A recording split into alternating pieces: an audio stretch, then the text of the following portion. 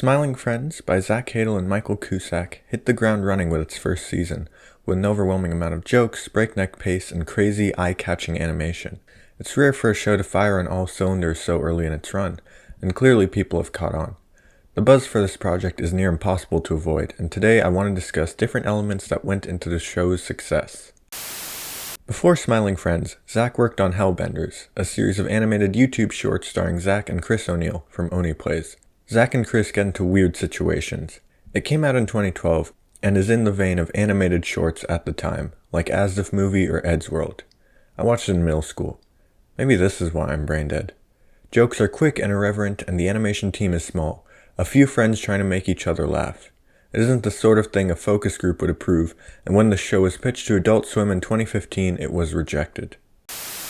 Me and Zach went to a Hollywood meeting, and we walked in, and we practically pissed all over ourselves, and they kicked us out because we were so bad at pitching. You were young and naive, and you know better now, though. We literally walked in with our dicks between our legs and shat ourselves. It was like... And the guy literally said, that was the worst pitch I've ever heard. He said that to us. We like you. Come back tomorrow. we were like, well, it was good coming to Hollywood. Better go home with our hands up. And then I peed off my leg and I said, can we have a show now? Can we have a show? And then you shit yourself. Give me a show. I tooted. Even if this show was never made, its style bled into what would become Smiling Friends. It's you, Charlie. Bip, I'd be honored. No, I'm the one who's honored to be in the presence of such a hero. Well, maybe it was your song that helped me become a hero. Well, maybe I like that. It looks pretty good. You look pretty good.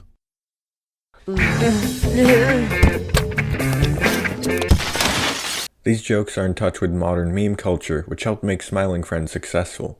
The work environment in both was bare bones, a few people working on a slim wallet.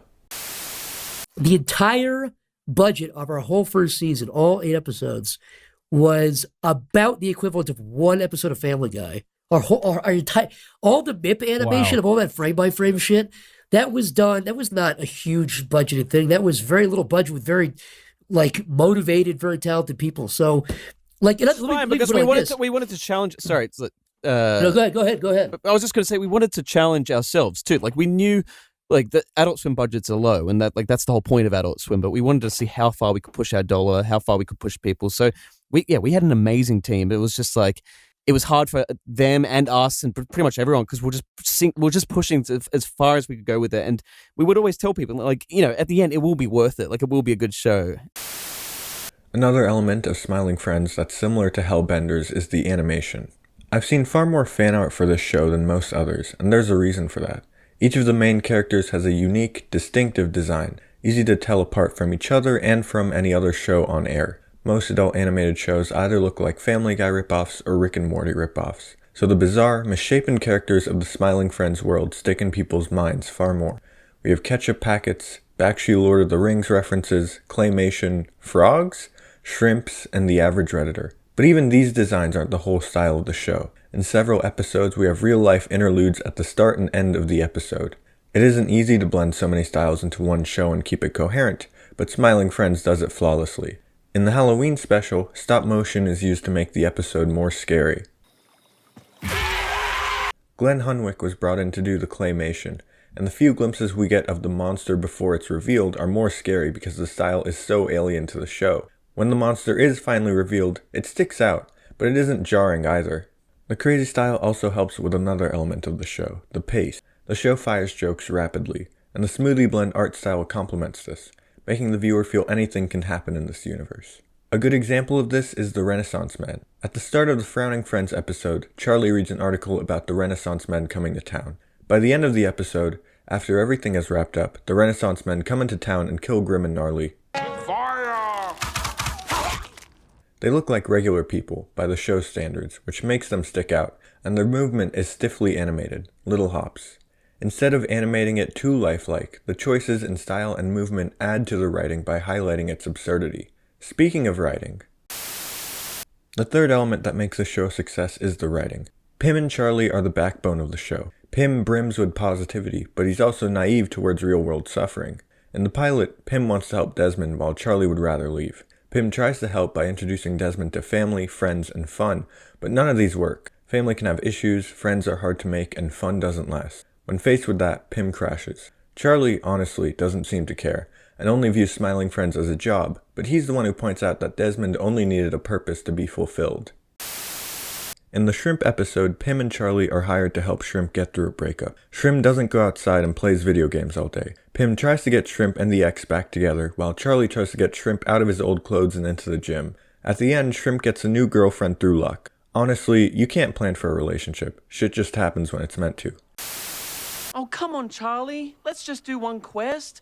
I always wanted to, but I was never allowed. When Pim and Charlie enter the Enchanted Forest, Pim wants to become a hero, but Charlie ends up completing all the quests with the help of Mip. Charlie gets caught up in a dopamine cycle, completing tasks mindlessly for dopamine, ignoring Pim, while Pim becomes more and more jealous. After Pim and Charlie accidentally kill Mip, Pim learns not to be jealous, and Charlie learns to not mindlessly collect dopamine, which is a theme we'll continue to see in the last episode. Okay, this is the most thematically juicy episode of the series. It's Christmas Eve, and the gang is forced to get a tree. Pim is excited, but Charlie would rather not work on Christmas Eve. The two of them get into an argument. Pim tries to find out what's wrong with Charlie, and Charlie says he's unhappy to be working that day. Pim points out that Charlie's like this a lot, unhappy and bumming people out, and Charlie retorts that Pim's cheery attitude to everything, even stuff that's pretty bad, isn't how everyone wants to deal with their problems. Then Charlie chops a tree and it crushes him dead. It's an interesting argument. Should we stay positive even in undeniably shitty situations? Sure, we'll feel better, but it'll also make us blind to problems and less willing to solve the problems within our control. On the other hand, it's not healthy to be miserable about everything, even stuff that sucks. This leads to apathy and just mindlessly scrolling social media or playing video games we don't enjoy. We'll only hurt ourselves and those around us. There's not movies or TV, and not even in a finger wagging like how dare you way, but just go like, look, if you're out there right now and you listen to this podcast and you're like, we get it, we've lived the life, we understand it. You're stuck.